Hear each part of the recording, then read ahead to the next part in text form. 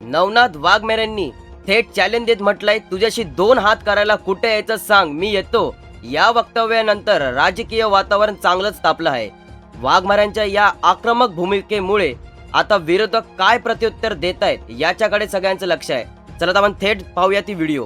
सर्वप्रथम आज राजश्री शाहू महाराज यांची जयंती असल्यामुळं आरक्षणाचे जनक शाहू महाराजांना मी विनम्र अभिवादन करतो. आणि काल 2 दिवसापासून आपण बघतोय राज्यामध्ये पत्रकार सुरक्षित राहिलेले नाहीत. जो गुंडगिरी करणारा, दादागिरी करणारा खासदार पत्रकारांना शिवीगाळ करणारा, पत्रकारांना जीवे मारण्याची भाषा करत असेल आणि राज्य सरकार गृहविभाग जर डोळे झाक करत असेल तर हे लोकशाहीला, संविधानाला घातक आहे. आणि याचा आम्ही सर्वप्रथम निषेध करतो. राज्यातील सर्व लोकांनी याचा निषेध केला पाहिजे, कारण की लोकशाहीचा चौथा स्तंभ असणारा पत्रकारिता आणि पत्रकारिता करणारे पत्रकारच जर सुरक्षित नसतील तर येणाऱ्या काळात यांना काय घोटाळे करायचे आणि यांना काय हुकुमशाही करायची हे यांना मोकळीक मिळेल. कुठंतरी पत्रकारामुळे ह्या प्रत्येक गोष्टीला आळा बसतोय, परंतु त्या पत्रकारावरच जर अर्वाच्य भाषा आणि तीही पोलिसांसमोर. कोण? संजय दिना पाटील, जो गद्दार असणारा आत्ताच एकनाथ शिंदेच्या गटात गेला, कुठेतरी 200 कोटी रुपये घेऊन एकनाथ शिंदेच्या गटात जाऊन पैशाचा मुजोरी आणि पैशाच्या दादागिरीच्या जीवावर पत्रकारांना तिथं पुन्हा आला तर मारीन आणि पोलीस जवळ काय रेकॉर्ड करायचं कर, ही भाषा जर वापरत असेल तर राज्याचा गृहविभाग काय झोपलेला आहे का? राज्याचे गृहमंत्री झोपलेले आहेत का? राज्याच्या गृहमंत्र्याला आमची कळकळीची विनंती आहे, तुम्ही लोकनेते स्वर्गीय गोपीनाथरावजी मुंडे साहेबाप्रमाणे, जे गोपीनाथरावजी मुंडे साहेबांनी गुंडगिरी मुंबईतली सगळी हद्दपार करून टाकली होती आणि पोलिसांना पूर्ण मोकळीक देऊन टाकली होती, त्याप्रमाणे तुम्ही आणखी पोलिसांना जर मोकळीक दिली तर येणाऱ्या काळामध्ये असं बोलण्याची कोणाची हिंमत होणार नाही, धाडस होणार नाही.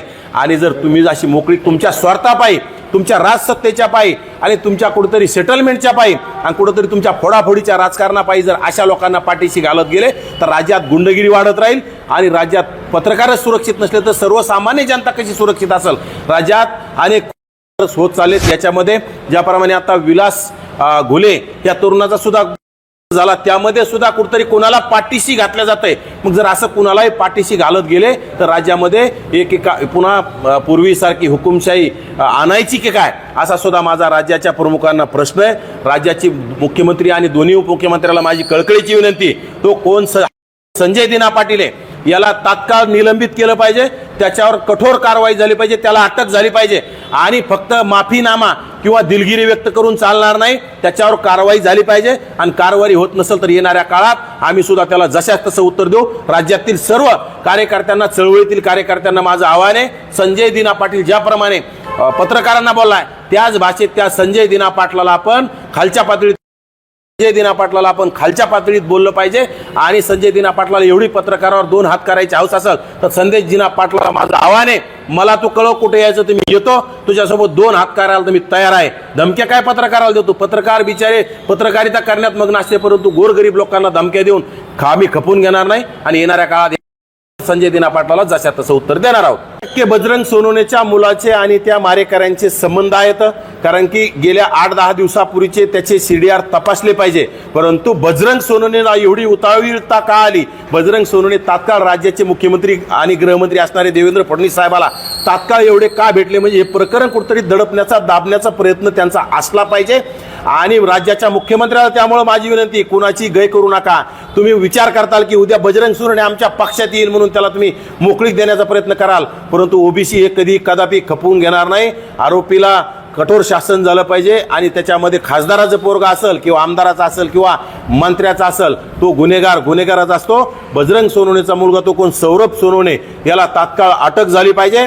त्याची तिथं CDR 8-10 दिवसापूर्वीचे CDR तपासले पाहिजे. आणि जो केज पोलीस स्टेशनचा पोलीस इन्स्पेक्टर आहे, PI, तो पोलीस इन्स्पेक्टर खरं तर तिथून पळून गेला होता आणि त्या पोलीस इन्स्पेक्टर तिथून का पळून गेला त्याचं सुद्धा तिथं निलंबन झालं पाहिजे, त्याची सुद्धा चौकशी झाली पाहिजे. कारण की गुन्हा दाखल करण्याला सुद्धा त्यांनी विलंब केला होता. त्यामुळं हे प्रकरण गंभीर आहे आणि जाणीवपूर्वक निष्पाप तरुणाला तिथं जीवे मारण्यात आले.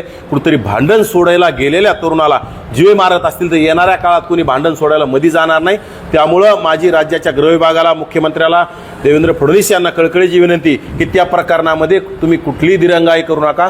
सौरभ सोनवणे नावाच्या तरुणाला अटक करून त्याची चौकशी करा आणि विशेषतः संजय दिना पाटील जातीवादी आणि गद्दार खासदार याला तात्काळ तुम्ही अटक करा आणि त्याला जेलमध्ये पाठवून त्याची चौकशी आणि त्याची खासदारकी रद्द करण्याचं काम करावं अशी आपली कळकळीची राज्य सरकारला आणि राज्याच्या प्रमुखाला विनंती आहे. बघा, राज्य सरकारने ठरवलंय ओबीसीचं पूर्णच देऊन टाकायचं. मी तर म्हणतो आता राज्य सरकारने ओबीसी संपलाय म्हणून सांगावं, ओबीसीसाठी आम्हाला वेळ नाही म्हणून सांगावं. कारण की आम्ही आता इथून पुढे ओबीसीसाठी काम करणार नाही. फक्त निवडणुका आल्या काय ओबीसी आमचा डीएनए मानणार आणि ओबीसीचे मतं घेणार. हे राज्य सरकारने गृहीत धरलेलं आहे. ओबीसीने आता डोळे उघडले पाहिजे. आपले हक्क अधिकार लढण्यासाठी आपण आता रस्त्यावर येण्याची तयारी ठेवली पाहिजे.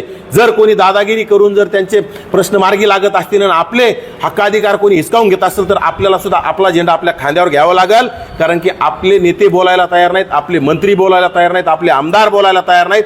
ज्याप्रमाणे मराठा उपसमितीचा अध्यक्ष राधाकृष्ण के पाटील जरांगे उपोषणाला बसण्याच्या अगोदर औरंगाबादला येऊन मुक्कामाला थांबतो, दुसऱ्या दिवशी सकाळी 1 तासात तिथे येऊन लोटांगण घेण्याचं काम करतो. परंतु आमचा बावनकुळे नावाचा खुळखुळा कुठल्या बिळात जाऊन लपलेल्या आम्हाला पाहायला मिळत नाही. ओबीसीच्या प्रश्नावर चकार शब्द बावनकुळे काढायला तयार नाही. बावनकुळेचा आम्ही निषेध करतो आणि बावनकुळेनी त्या उपसमितीचं अध्यक्षपद सोडावं.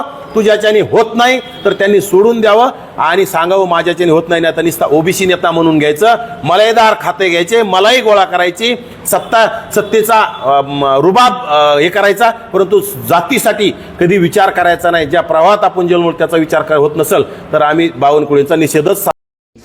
या संपूर्ण प्रकरणावर तुमचं मत काय? व्हिडिओ आवडला असेल तर नक्की लाईक करा, सबस्क्राईब करा आणि अशाच ताज्या बातम्या पाहण्यासाठी चॅनलला फॉलो करून सबस्क्राईब करायला विसरू नका.